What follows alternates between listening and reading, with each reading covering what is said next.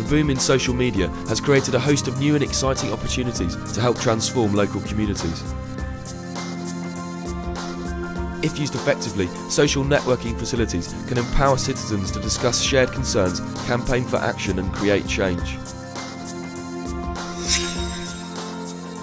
Hi, my name's Tom Gaskin and I'm a resident living in Norwich.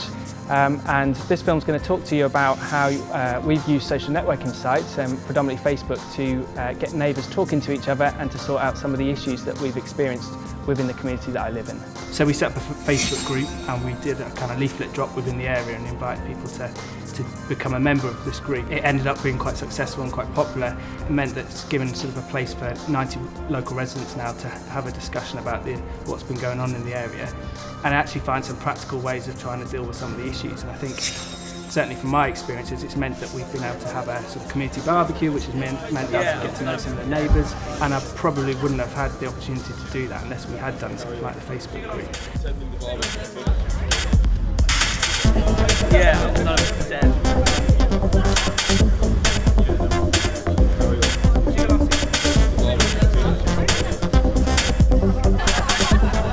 Facebook was the first time that I really got to introduce myself and see who else was living in the area.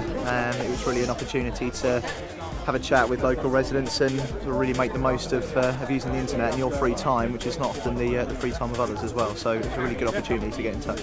I definitely recommend a Facebook group for other communities.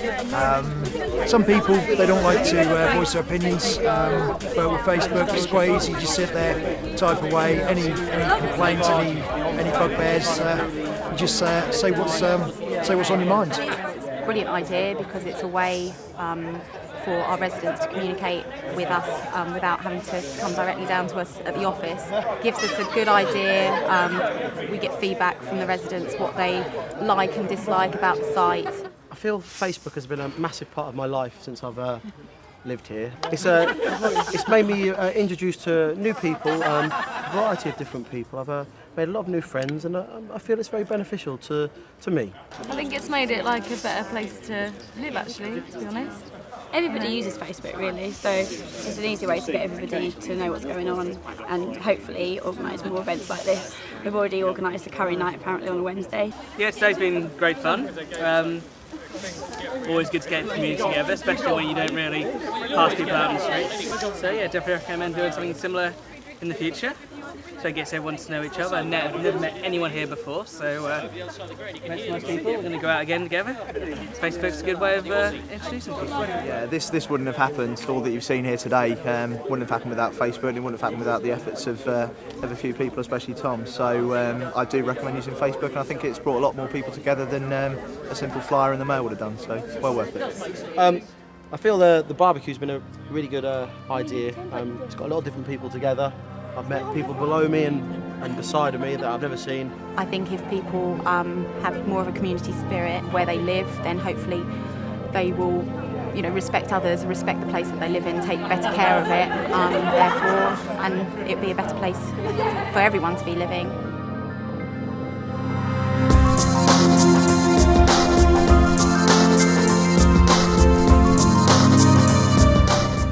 I think resident involvement is really important because it gives a voice to residents, particularly when they come together in a group. It gives a really united voice, and sometimes people that might be a bit shy about coming forward, or there might be issues that one person's experiencing that someone else isn't, makes it all a lot more visible to all, and then as a united voice you can hopefully make more of an impact on getting real change.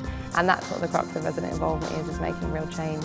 When we heard about your approach, I think you contacted us, maybe we'd put something out about resident involvement when I first started in the role, and I was really excited. I thought, one, it was just very innovative, very fresh, very new, and also about residents really saying this is how we want to do it. It wasn't something Circle Anglia had set up, and you chose a medium that really suited the lifestyles of the people that were living around you. So it was online, it didn't have to be meetings where everyone had to attend, yet you've still got, I think, 90 people now involved.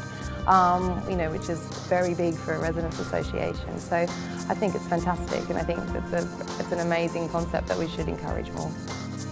A lot of people who live in these kind of developments have the hustle and bustle of everyday life. Like you say, they can't always attend residents' meetings. They have family lives when they come home from work after working long hours.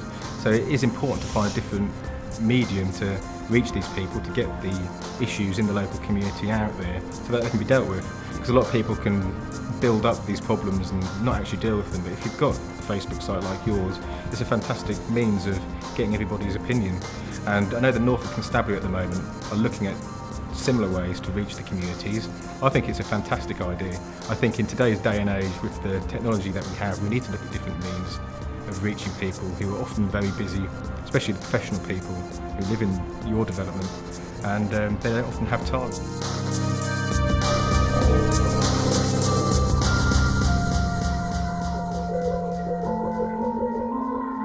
Obviously, first of all, you'll need to be registered on Facebook. There's a form that you can just fill in here to set up. Once you've actually done that and then you're logged into Facebook, then you can set up the group. What you need to do first is click on Create a New Group.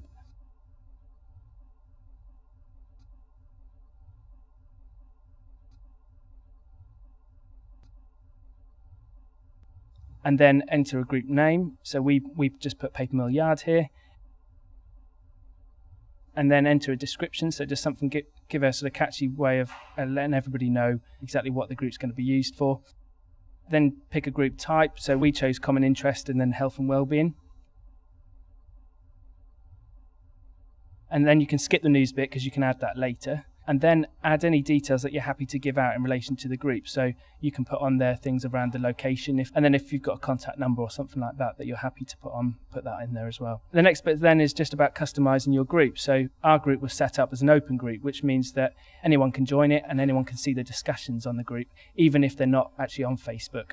So depending on what sort of discussions you think will be taking place on the group, choose the right settings that will satisfy you. And then the next bit is you can actually invite your friends. So if you've got friends on your profile already that you actually think would be interested in joining the group, just select your friends and then add them or invite them.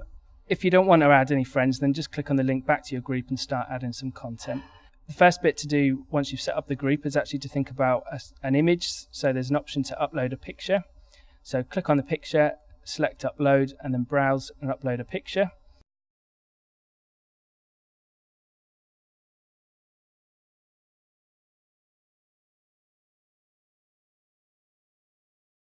Then just write a description of the group. So put something, again, it could be something similar that you used when setting the group up. Just give them some idea of what actually they can use the group for. And then actually start adding some discussions. So we put together a couple of topics in the topics section. So to do that, you can just click on the topic tab, create a topic, and then just put some information. So for me, I started with, have you ever been clamped in your own car parking space?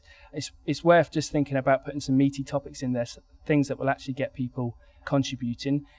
It helps when people might be a bit passionate about them, a bit angry about them, because you get a lot of people moaning and actually contributing to the group.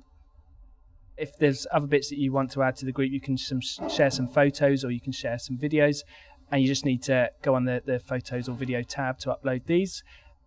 Once the group's been established, it's worth thinking about how you can make sure that people who don't have internet access or don't wish to join Facebook can still see what's being discussed and contribute in their own way. This is something that we're still working on, mainly use the Facebook group because quite a high proportion of people within our community have actually signed up to it. But if you think it would be worthwhile getting it out to people who aren't on the group, maybe think about some sort of newsletter where you can just copy and paste some of the content off it and put it in the newsletter and then help and get people involved in distributing it. Or just if you've got a little local notice board, maybe stick something up there just to say what's been discussed on the group and how people can have their say. But as I say, we're still working on this, so if you come up with any great ideas, then let us know about it as well. And that's it really, so good luck.